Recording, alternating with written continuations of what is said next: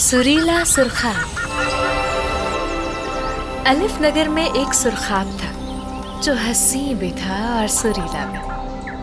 अपने हुस्न की तारीफें सुन सुनकर सुरखाब मगरूर भी हो गया था और खुशामद पसंद भी, और उसे इस बात का एहसास ही नहीं था। एक रोज सुबह सवेरे सुरखाब अपने घोंसले से निकलकर दरख्त की शाख पर बैठा।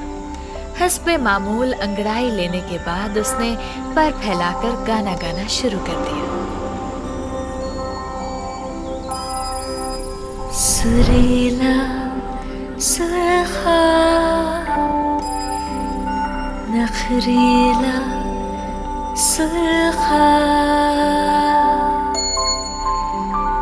जो भी मेरा पर उठाए, सर पर अपने उसको सजाए।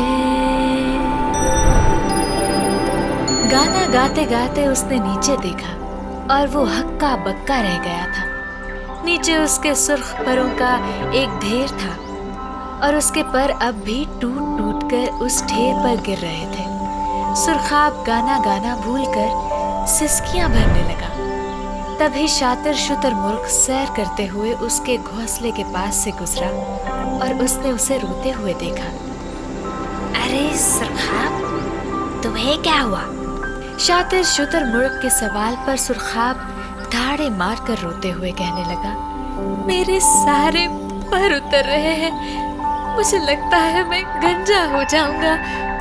शातिर भाई मेरी मदद करो। सुरखाब की बातें सुनकर और उसके परों का ढेर देखकर शातिर को बड़ी मुसरत हुई। वो हमेशा ही से सुरखाब से हसद करता था।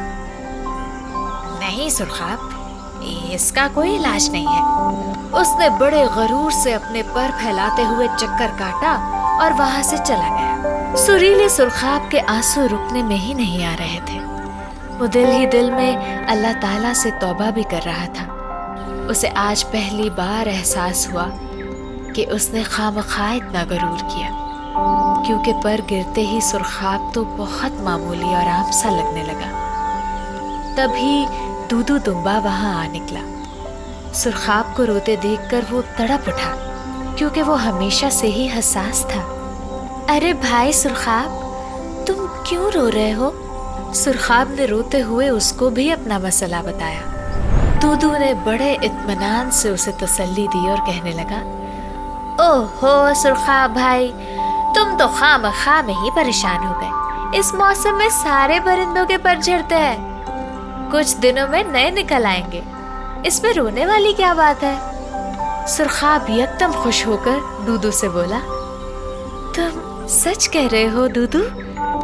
दूदू ने सर हिलाया। सुरखाब को बिलाखिर सुकून का सांस आया। दूदू भाई, तुम्हारा बहुत शुक्रिया, तुमने मुझे बहुत बड़ी मुसीबत से बचा लिया, वरना मेरी समझ में नहीं आ रहा था कि जंगल के जानवरों का सामना कैसे करूंगा।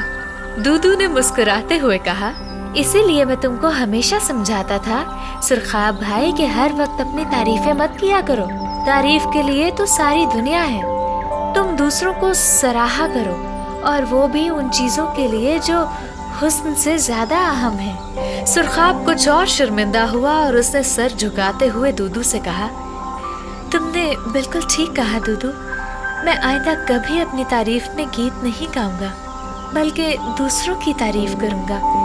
जैसे अभी मैं तुम्हारे लिए गीत गाऊंगा, क्योंकि तुम बहुत अच्छे दुम्बे हो। ये कहते हुए सुरखाब ने अपनी सुरीली आवाज में दूदू के लिए गाना गाना शुरू कर दिया। दूदू शर्माते हुए अपने घर की तरफ भागने लगा। प्यारे बच्चों, हमें कभी भी गरूर करते हुए दूसरों को खुद से कमतर नहीं समझना चाहिए, क्योंकि अल्लाह ताला की बनाई हुई हर चीज खूबसूरत है।